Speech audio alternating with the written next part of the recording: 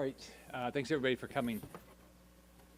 So I think most Americans believe you have to live within your means. You find out this is how much money I'm going to make, and this is how much money I get to spend. Might want to buy something else, but you don't do it. When you're in business, you know if you don't balance your budget, eventually the banks, whoever your lender is going to walk away from you. They're going to say, oh, you can't do that anymore. Up here, that doesn't seem to be the case. There's a belief up here that there is no limit what we can spend money on. It doesn't make any sense. As a parent and a grandparent, you don't say, you know what, I'm going to leave a whole bunch of debt to my kids and my grandkids. You would never even think about doing that. And when you look at who's getting impacted the most, just look at over the last 20 years as we've just dramatically increased the spending in this country. The rich are getting richer. Wall Street does really well, okay? And who gets hurt? The poor. Gas prices are up, food prices are up, housing prices are up. Look at somebody getting out of school today and try to buy a house. Look at just the cost of housing in this country. But everything, and it's caused by reckless government spending. Now, if you just look at what's happened since the COVID, anybody have an idea what our population increase has been since 2019, since the pre-COVID year? How many, as a percentage, how many more Americans? The number is 1.8%. So there's a 1.8% increase in the number of people living in the country. But if you go back, if you go look at the Biden budget, it would be a 55% increase. 55% increase from pre-COVID. There's no chance that we're going to live within our budget, live within our means. You can do it. When I became the governor of Florida, Florida had not lived within its means for 20 straight years. Everybody says, oh, the states have to live within their means. Complete fallacy. Just borrow more money. The state of Florida borrowed an additional $1 billion every year for 20 years. We're going in default on some of our debt. So what we did the first year, we said, this is how much money we're going to collect. This is how much we're going to spend. And guess what? We did it for 8 years. We balanced about shocking. A state balanced our budget. And we actually paid off in 8 years a third of the state debt. We can do the same thing up here. Now, here's what I'm appreciative about the Freedom Caucus. They have put out their ideas, right? And if you think about it, there's two things we have to do. We have to say we're going to make some structural changes because up here, if we don't change, this is never going to get better. I've been up here 4 years. It's getting worse. The deficits are getting bigger and bigger and bigger. So two things. One, what they've done is they said, here's some ideas that we can do, and let's have a conversation. On top of it, they said, these are some ways, these are some areas where we can take some money back and save some money. Why don't we have a conversation about that? Who am I disappointed with? Joe Biden, Chuck Schumer. They don't even want to have a conversation. So this is wrong. So I'm very optimistic with what the Freedom Caucus has done. We have a great opportunity to start the process of doing what every family in this country does, businesses do, is living within our means. So now let me turn it over to Scott Perry. Well, thanks, Senator. And I can't tell you what a great privilege it is to be with my colleagues and colleagues on the Senate side as well that share the same vision for our country, which is prosperity. And I'll just remind everybody that this most recent round started in December, right? December 23rd, a huge omnibus. A lot of people don't know what an omnibus was, but suffice it to say $1.7 trillion in spending that's generally unaccounted for, printed money or money created out of thin air. And then literally 2 weeks later, Janet Yellen comes out and says, hold on, everybody, we're out of money. Hit the credit card limit. You better fix this. Now, you telling me they didn't know that 2 weeks before? They knew it. They knew they were breaking the bank, but they didn't care. That's simply how it goes. They didn't care. Now, listen, we're not going to default on America's debt. Now, Freedom Caucus members have habitually not voted for debt ceiling increases because we didn't come here to bankrupt the country. But we understand that the Democrats forced this on us, and we've got to deal with it. We've got to govern. And so we want to be part of the solution. And so where we have never voted for something before, we thought it was important to say, you know what? We are part of the solution. Democrats are often critical of Republicans and certainly Freedom Caucus members of, as they say, not having a plan. Well, we have a plan. The plan is to shrink Washington and to grow America. And we gave them very specifics in the plan just over a Friday ago. But it starts with clawing back money that's already been allocated, so to speak, but hasn't been spent yet. We don't have to spend money that hasn't been spent that's unnecessary. We don't have to act like, oh, well, we can't touch it. We can touch it, and we don't. This is exactly what families do that outrun the money that they make. They just simply stop spending as much, and they don't go out to dinner maybe as much. They curb what they're doing because their situation has changed, and that's where it starts for us. Some specifics that you already know: future top line FY22 for non-defense discretionary. The other thing this all does is allows us to get to where we need to be on our appropriations process to stop the chaos, the literal chaos across the country imposed by Democrats and the Biden administration, to go from crazy to normal, right? The craziness and the chaos on the southern border, still forcing people to get a vaccination to go to work. That's not normal. That's crazy. And then, like I said, we want to shrink Washington and grow America. And finally, with some policies that actually grow America, like the RAINS Act and like reliable domestic energy. Domestic energy and what we can produce at a lower cost and cleaner in America impacts the entire global market. But what it really does is it makes every single purchase that you buy, whether you're wealthy or whether you're poor, it makes it more expensive when the Biden administration makes our energy more expensive and harder to get, and it makes it more difficult on the global market as well. So those are just a couple things. But I do want to address the fact that the president has talked now a couple times about the Freedom Caucus proposal. And he started out with the border, right? Talking about how the Freedom Caucus proposal would harm our efforts to secure our border.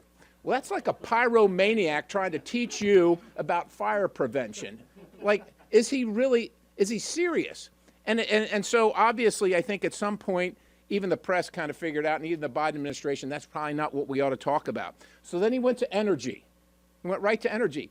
I'll remind you, President Biden's first act in the White House was to stop the Keystone Pipeline. This is American energy that he stopped. So apparently that didn't look too good to him. So now he's on inflation, saying this is going to cost all Americans more.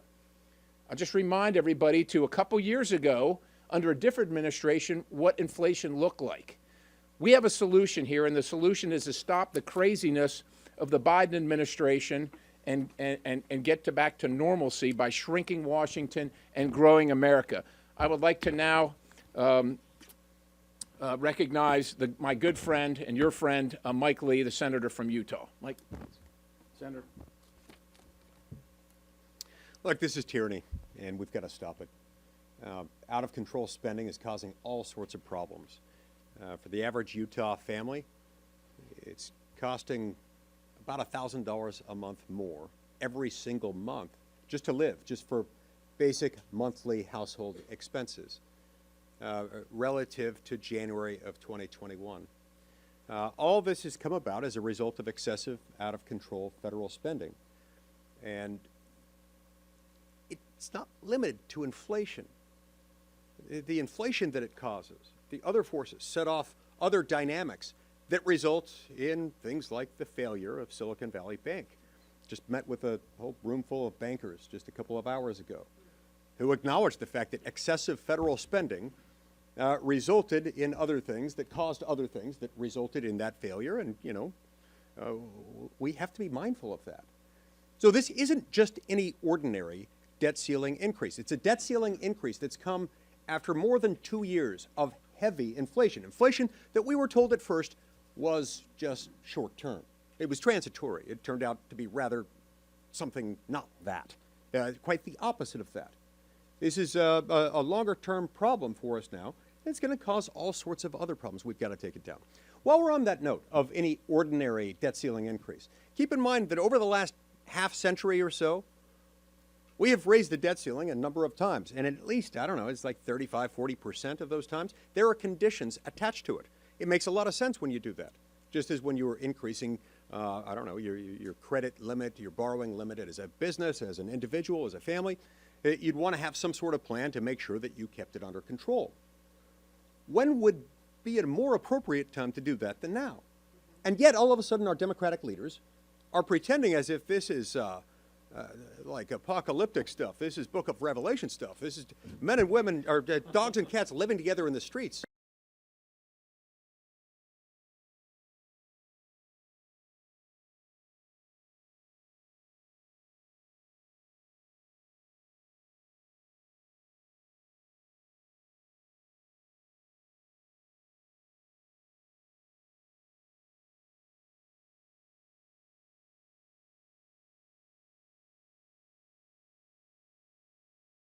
that we attach conditions to this.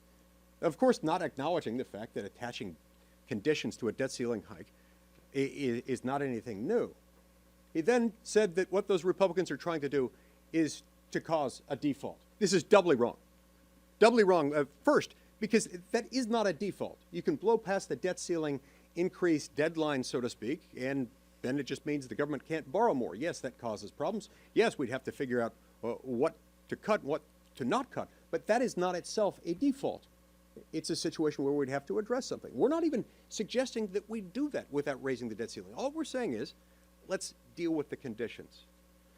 Secondly, it's wrong for him to say that they're flirting with the default. They're trying to cause a default because he's the one saying he won't accept any conditions, notwithstanding the fact that conditions have, for a long time, been a norm that we've often resorted to. Not enough, in my opinion, but we have resorted to them. So if what he's really saying is, we will refuse, if he really does believe that not raising it equals default, and if he's really saying he's willing to cause that kind of default as he's now defined it, then he's saying that he's willing to cause a default. I really applaud the people that I'm standing with here on this stage. These members of the House of Representatives who on their own initiative have gone out and done some very difficult work to try to figure out solutions for this moving forward.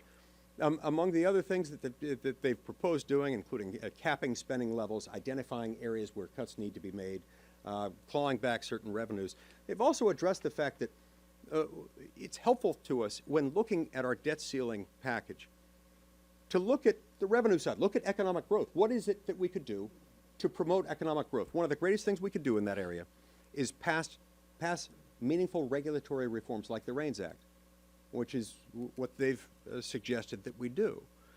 The reason for that is most of our laws, measured by word length, volume, weight, economic regulatory impact, are not made by elected senators and representatives. No, they're made by unelected, unaccountable bureaucrats. This results from decades of Democrats and Republicans for both chambers proposing these laws that say we shall have good law in Area X and we hereby give to Agency Y the power to make and interpret and enforce and adjudicate laws.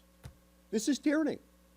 James Madison said in Federalist 62, it'll be of little benefit to the American people that their laws may be written by men of their own choosing, if those laws be so voluminous and complex they can't reasonably be read and understood by those subject to them. If the people can't even understand what the law is from day to day, we're there now. Last year's Federal Register, 99,000 pages long. Not only are those laws too voluminous, complex, and ever-changing to provide anyone any semblance of fair notice and due process, they are not even written by men and women of our own choosing. I applaud these brave men and women, and I stand with them. Thank you. Thank you, Senator Scott, Senator Lee. It's great to be with you as members of the Freedom Caucus talking about something that is actually an existential crisis. And so let's just consider what the House Freedom Caucus proposal entailed. It entailed wanting to cut wasteful, weaponized, and woke spending programs to get this nation back on track. That's all it was. It's a common sense approach. We sit at $31.4 trillion in national debt today. The Biden budget plan, what they propose is a $20 trillion increase to take us to $50 trillion in national debt by 2033. And over the next 2 years, they want to raise the debt ceiling by almost $4 trillion. That's astronomical. So what did the Freedom Caucus do? They said, well, look, none of us have ever voted for a debt ceiling increase, but we would entertain it. We would consider it if we got some conditions, some things that might actually help the country. How about clawing back the student loan forgiveness plan that not only forgave debts but also restructured others for a total of, as I learned this weekend, $609 billion. $609 billion. How about doing that? How about cutting Biden's invasive IRS army? House has already passed it. We need the Senate to take it up. That's another $80 billion. How about elimination of the wacky, crazy Green New Deal tax credits and subsidies? That's $350 billion. Now you're talking real money. You're talking $1 trillion. And in a nation where we have a structural debt every month, structural deficit every month of $100 billion, you can push out that debt ceiling, necessity of debt ceiling increase by almost a year with some common sense, rational plans. It's real simple.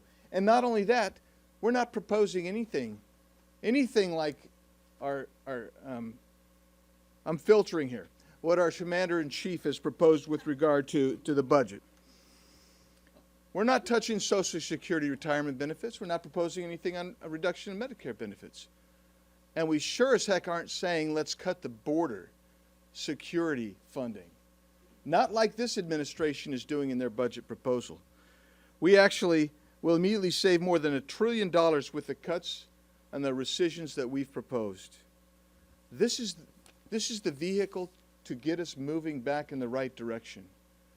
And in a country where the main driver of inflation is really one thing, and that is the out-of-control federal spending, this is an opportunity to turn back the clock on inflation. And then you throw in the fact that we have an energy policy plan as well, and get our domestic energy production going again, and that will reduce costs of about 40%. Because you know who's getting hammered the most? It isn't the White House. It's not the folks that live in that bubble. It's the American citizen, the men and women who live in this country. And it's time we do something to help them and stop playing games. And I tell you what, if we enact the House Freedom Caucus plan, you don't need to raise that debt ceiling tomorrow. You don't have to raise it in August, because we will start bringing down that monthly structural deficit, which drives the increase in the national debt, which in turn drives your inflation. Let's stop it now. With that, I am pleased to stand with my friends from the Senate, and I will, and the men and women of the House Freedom Caucus, and I'm now pleased to throw it to my good friend from Texas, Mr. Chip Roy. Thanks, Ann. Well, thank you all for being here. I thank Senators Scott and Lee for joining us here, along with my colleagues at the Freedom Caucus. And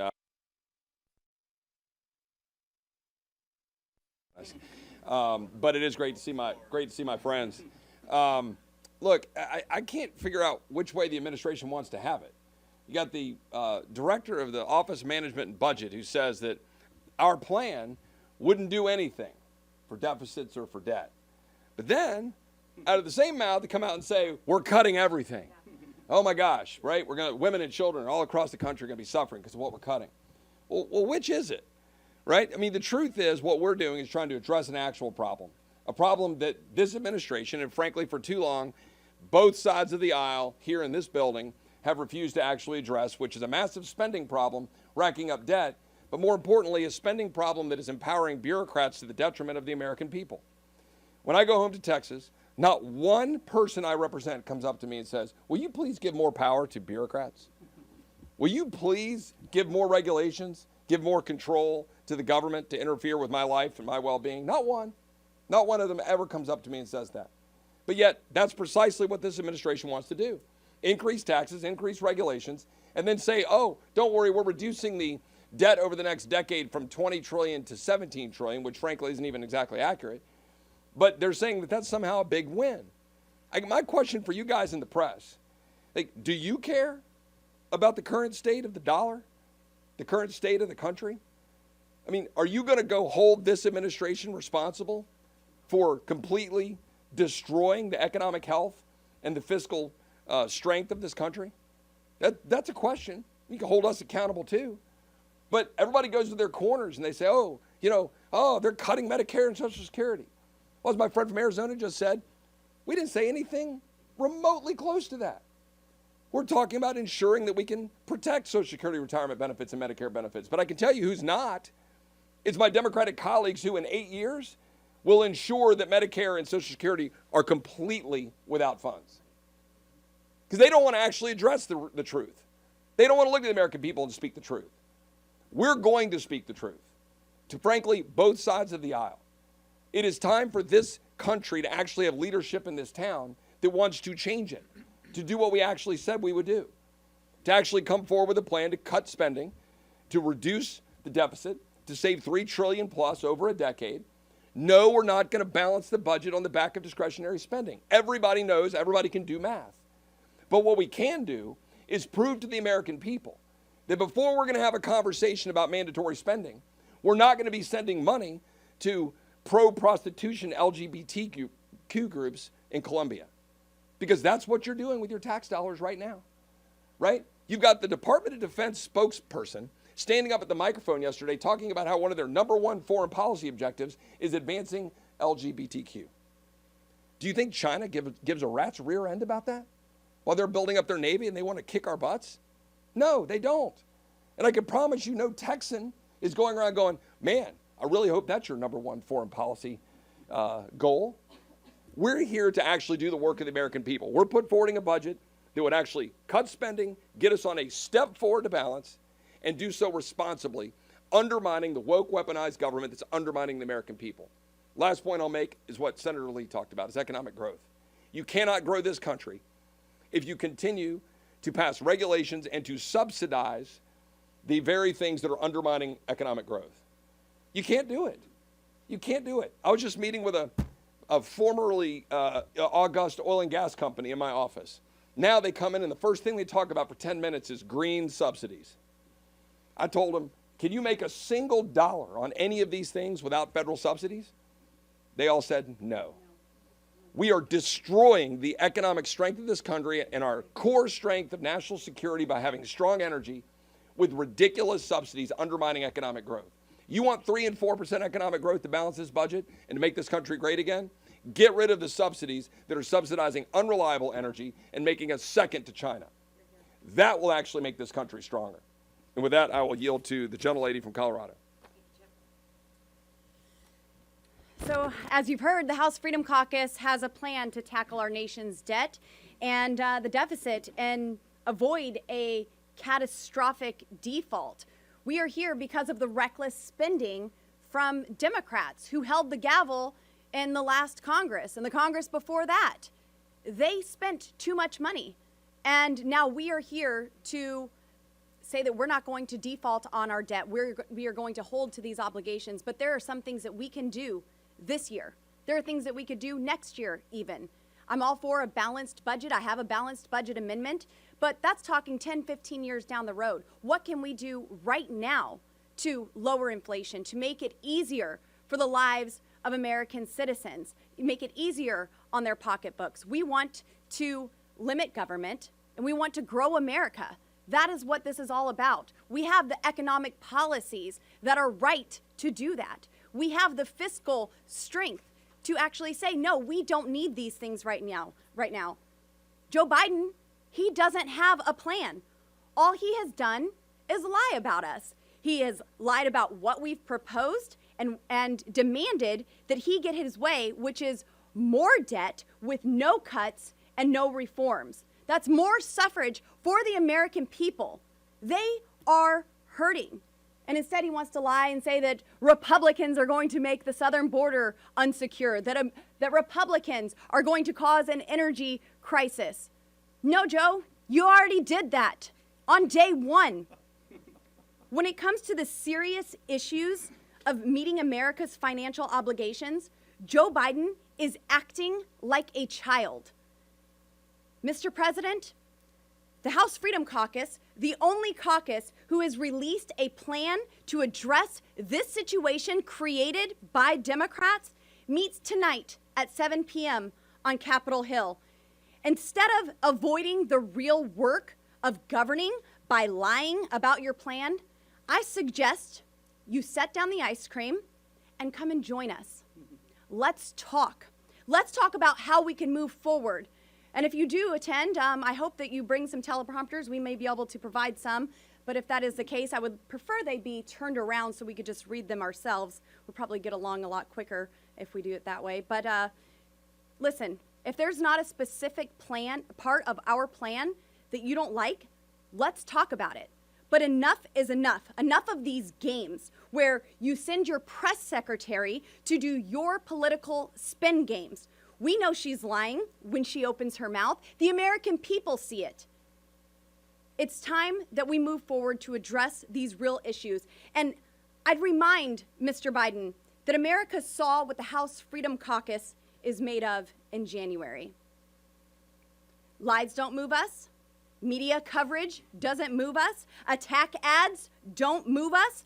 Policy moves us, benefiting the American people, doing what we said we were going to do, the promises that we made to be leaders, to be principled, to be strong, to uphold the Constitution, to do what is in the American people's best interest. That is what moves the members of the House Freedom Caucus. And if Joe Biden is unwilling to talk about those policies, then when the shutdown comes, it's on him.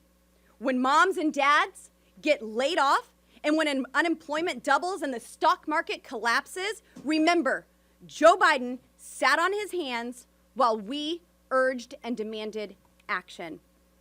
I want to thank the senators for having us here, and I'm proud to be joined by my House Freedom Caucus colleagues. And now I'd like to turn it over to my good friend from Virginia, Bob Good. Thank you, Congressman Boebert. I also want to extend my thanks to Senator Lee and Senator Scott joining Chairman Perry and hosting this press conference for us here today. I want the American people to know, we want the American people to know that hope and help is on the way. This is not yesteryear's Republican House conference. This is not the Republican Party of the past that will surrender to the failures of the past and do what we've always done. We intend to do what the American people elected us to do, and that is to bring fiscal responsibility, fiscal stability to Washington. As Congressman Boebert said, we made history in January where you had members of the Republican House put their own political interests, their own political careers at risk to do what they thought was best for the conference, to make history in voting against the presumptive leadership of their party because we needed to reform how Congress worked, we needed to reform how the House worked. And you're going to see us make history again. We're freshmen, Congressman Donalds, Congressman Boebert and I, but the veterans who are here today will tell you they have never been able to cut spending since they've been serving in Congress. We've never cut spending on the House side in modern times. We're going to do that. I'm going to have the opportunity tomorrow as part of the Budget Committee to question President Biden's budget director. It's kind of funny that they even have a budget director, but for the spender-in-chief and for his budget director, Young, I want to try to help them a little bit of basic economic fiscal literacy. When you borrow and spend more, it increases the national debt. When you cut spending, it decreases the national debt, and we're going to do the latter. We're going to cut spending and decrease the national debt. $32 trillion in debt right now. $100,000 per American citizen. An inconceivable number, an astronomical amount. $400,000 for a family of four. That's your share of the national debt. Debt to GDP, 125%, hasn't been that high in 80 years since World War II. And what is this president's proposal to respond to that? To pour gasoline on the fiscal fire with a $7 trillion, more than $2,000 or more than $20,000 per American citizen, $7 trillion, to spend more than $20,000 per American citizen in the next year, borrowing an additional $6,000 per American citizen. Every time you say a trillion, that's $3,000 per American citizen. We're not going to let that happen. The House Freedom Caucus is committed to leading, to helping the Republican House, which is united on this. The Speaker is united on this. The narrative and the conversation has changed, not to will we cut spending, but how much spending we will cut and how we'll cut that spending. That's the new narrative. The House Freedom Caucus is leading on that. I'm proud to stand here with my colleagues today, and I want to introduce Michael Cloud from Texas. Thank you, Bob. You know, it's been often said that you can't fix a problem with the same kind of thinking that created it, yet Washington continues to do that on a regular basis. We continue to reward failure with just more spending. Washington will spend billions on a program, find out that it doesn't have the results and maybe even has the opposite results, and, well, the solution is, well, we just must have needed more money. That is the kind of thinking that must be broken here in Washington and what we're working to change. You know, even Secretary Yellen had to admit under oath that she could not say that the Inflation Reduction Act reduced spending. We know that American families are suffering from massive inflation. Why? Because of huge government spending. Yet what does this White House put out? A proposal that increases spending. It's the circular logic that's just crazy and falls apart under any sort of scrutiny. And the chicken little messaging coming from the left is extraordinary. Just, oh, the republic's going to end somehow if we find savings for the American people. And all we're saying really is to go back to pre-COVID spending. Now, most Americans, that's like, well, the pandemic's over. That sounds quite reasonable to me. Only in Washington is that the world's going to end if we go back to just what we were spending just a couple years ago before a massive pandemic hit our country. We can do this. There's a lot of ways we can find to cut. This government has a massive case of mission creep. And we just think, you know, that maybe there's some things we should stop funding. We should stop sending money to the bureaucracy to do bad things. We shouldn't pay them and give them funds to go after parents at school board meetings. We shouldn't pay them to monitor people's and manage people's Twitter accounts. We shouldn't pay them to do many things. You know, while the CDC was missing the mark on COVID, they were also supporting studies for nail salons. And most American people are like, my tax dollars are going to that sort of thing? No, we've got to bring this government back in check. Let's get back to sound fiscal policy. Let's put this government back to good governing. And the absurdity of the Biden administration, you know, I'm from South Texas. Every day, my district is dealing with what's going on at the border. And for him to somehow say that the Freedom Caucus is out there doing anything, we've been out front in the messaging of the fact and bringing the solutions of what needs to be done to fix the crisis at the border that he has all done everything he can to exacerbate. But this is the kind of crazy thinking that comes from the left. They're like, well, we're spending $140 a day per migrant. You know, with inflation, we need to spend $160 a day per migrant. Plus, we might have to plus it up if more people are coming on. This is literally the absurd conversation that they bring to the table. Well, we're like, how about we secure the border? Sounds reasonable. It'll also protect our families. It'll save us. There's a lot of things we can do to bring this government into check, to pull back on the woke and weaponized spending. And before we ask the American people, before we take out another loan using them as collateral for stuff this government wants to do, all we're saying is, hey, let's check under the couch cushions maybe. Let's see if we can find some money that's hanging around somewhere that doesn't need to be spent on maybe some wants, and let's put it towards some actual needs of this federal government. Let's look what we can do to go forward to, again, get back to pre-COVID spending. That'll put us on a strong fiscally responsible path toward what's going on. And, you know, let's do what we can to shrink this government. Let's shrink Washington, and we can grow America, and the American families will be better for it. I would like to invite up my good friend, Dan Bishop from North Carolina. Thank you, Michael. If you notice, each one of the House Freedom Caucus members here today was part of the 20 on the floor in January. And what we did then is we took the initiative. And if you saw how it was reported in media all across the country, as Joe Scarborough actually was the guy who coined it in an interview I had on MSNBC, which I thought that, you know, kudos to Joe Scarborough. He said it was being catastrophized. And it was a great word. We learned that, oh my gosh, Republican governance is not going to get off the ground. It's going to be a disaster. Democrats are going to run the floor. What will happen if we have a negotiation over the speaker's vote for several days? Well, by the time it was over in 4 days, Kevin McCarthy was speaker, and we also had an agenda that was laid in for the Republican Party, for the House of Representatives, and for the American people. And here's the secret that we're letting you in on today, and why we're over here on the Senate side. And that is that there are courageous United States senators who are ready to take the initiative too. One's right behind me, Rick Scott. Mike Lee has always taken the time to work bicamerally with members across in the other chamber to see to it that we take the initiative on behalf of the American people. That's what we need to do. Now, Joe Biden's the one catastrophizing now, right? Because the last thing he seems to want is taking the initiative to do something new in Washington. The American people are way ahead of us up here. They know that we must get on with doing something new. Frankly, every one of you out there in the media, you know that we must get on to doing something. It must be terribly boring to watch, boring and terrifying at the same time, to watch the same thing happening in Washington every year, wait for the inevitable omnibus with a massive increase in the deficit, more woke and weaponized government, nothing ever changing. And you know we're heading towards some crash site, as Warren Davidson is fond of saying. You know that to be true. Well, the only way that's going to change is if someone takes the initiative. And that's what we've done.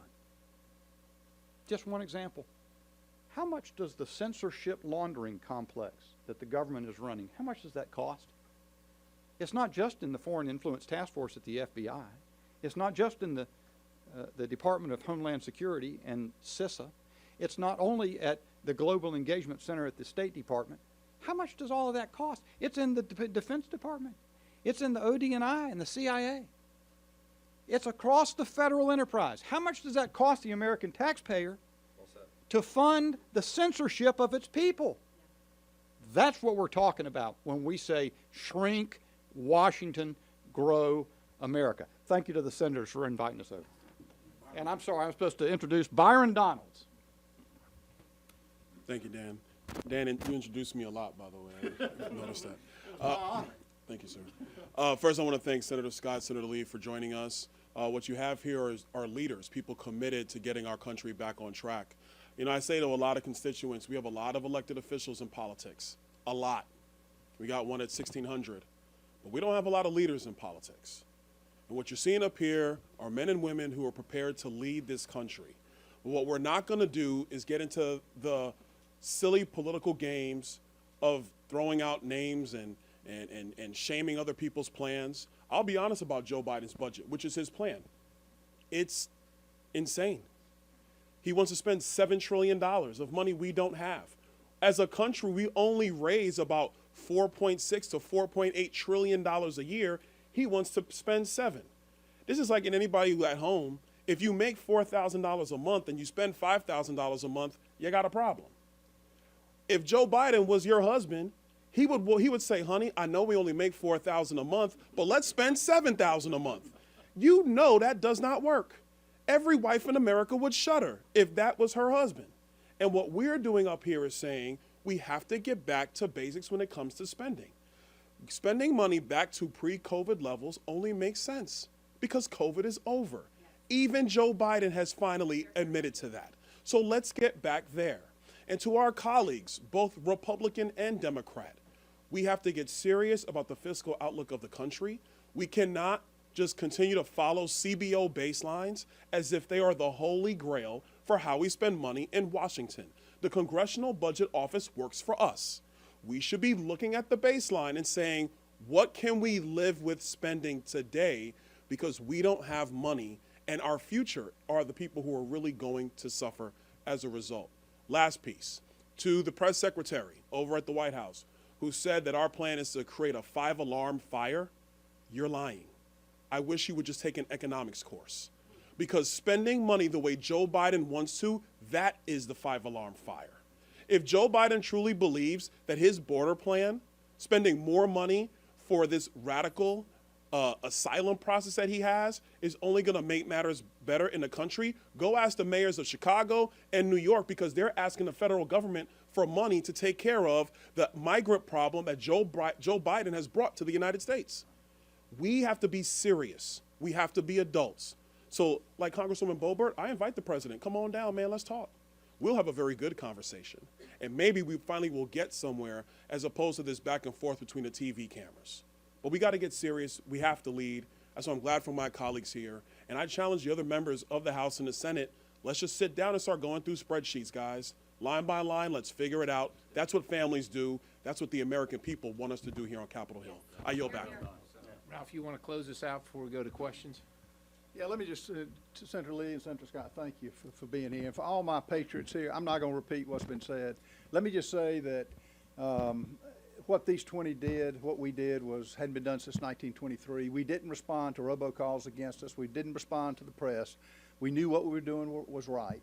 And folks, I'm reminded, I was on an airplane today and I saw an old Wall Street Journal had a picture of a drowning child.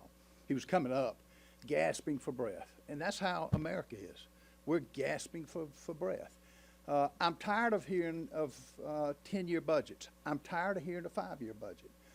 What Byron said, and so many have said, we're going to present a budget that actually balances within the 10-year time frame. And we're going to be able to see this year this year how spending is going to be cut and how we're going to start the path toward getting on a financial footing. Economic security is national security. The Republicans just got back from a conference in Orlando. It will scare you to death about what China, Russia, and the challenges that we face. And now more than ever, we've got to save this country. We've got to make sure that we're going to survive it. And it's not going to be easy with this administration. When I heard of the Biden budget, it made no difference to me. When he said, you know, a clean debt ceiling with no cuts, that's all I need to hear. But like Byron said, let's talk about it. I'm not sure he's got anything to offer or the cabal that he has running the country. But anyway, we're serious. The 20 are not going anywhere. And I'm just thankful that we've got senators now who are willing to step up and meet the challenge. Because, folks, everybody's feeling it now. You in the media, as Chip says, you know it. Take a look at your pocketbook. What is your pocketbook? Name anybody in this country that has said this has not been affected in a negative way. When you've got dental hygienists calling me like they did the other day that can't buy insulin for their child because of the price of gas, eggs, you name it. Folks, we're on life support. We got to stop it. We got the people around here to do it, and I just want to thank them. Help us do this. You know we're right. We can't continue on this path. And just as each of you are feeling what's going on in this country, let's alert the country, and we're going to have it in black and white so people can see what we're doing, and we're proud of it. Thank you so much, and thank you all for putting this on. Take some questions. We're on the Senate side, so, ma'am, If we can stay on, let's talk about the debt stay on ceiling. topic if we can. Related question on the debt ceiling, but it does sound like Speaker McCarthy is the one who's really taking the lead for Republicans. McConnell seems to be letting him do that with Biden. But after talking to him in Orlando, it sounds like those discussions have sort of come to a standstill. I mean, what's your sense of where McCarthy is in those conversations with the White House? And do you have faith in him to be able to broker a deal that you guys can actually get behind? Well, we do have faith in him. He's our speaker. But look, the president's the one that said he's looking forward to another meeting. Seems to me the president can schedule the meeting right now.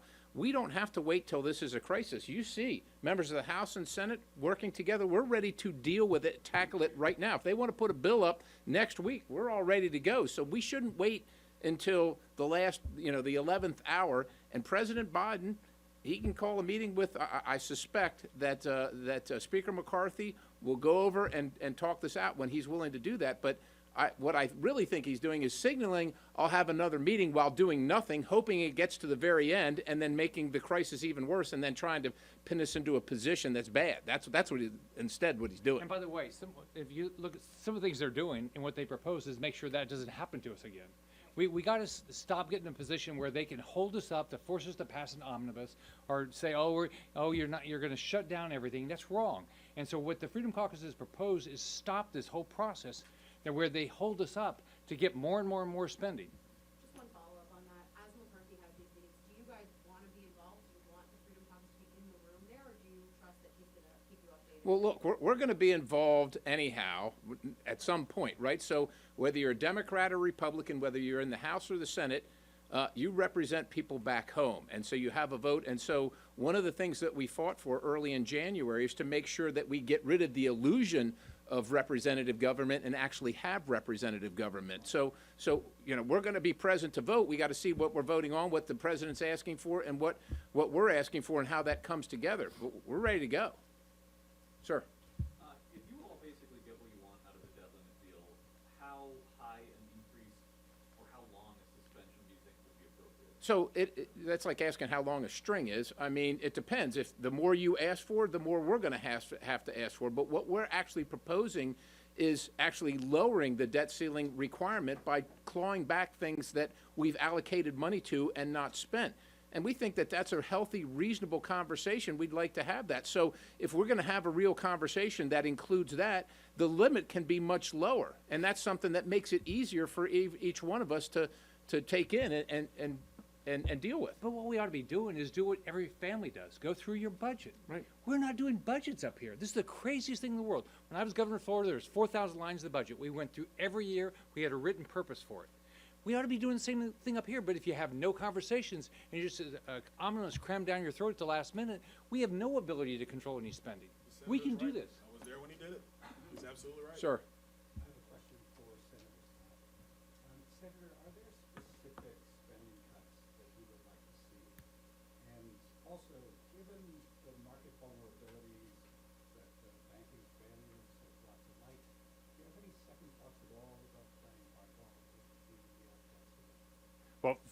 first off, what's causing all these problems is the fact that we're not living within our means. That's causing the problem. It's not that we want to make sure something good happens with the debt ceiling.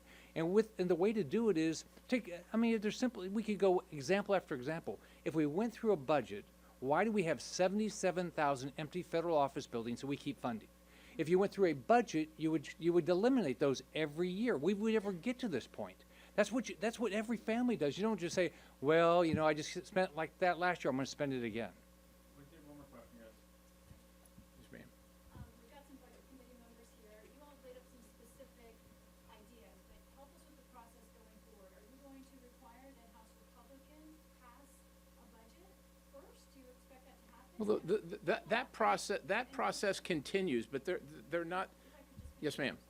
And if the Republicans don't do that, then what? That's sort of the first line of defense that you expect it to be. Republicans are going to pass a budget. You don't have to worry about that. But the debt ceiling issue still looms, right? And so what we're saying, we've put out a plan early on so that we can address it, so that we can show that we want it to not be a problem and that we can move on to other issues as we should.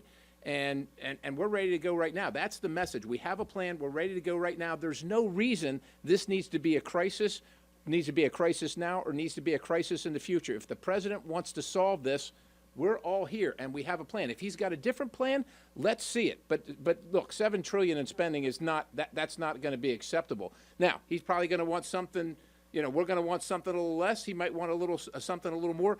It has to start with conversation, and the position he's taking generally of I will not negotiate it's unacceptable to the American people. It will not solve the problem. We have a plan. We're ready. Let's get after it. Let's fix it, and let's move on to save our country.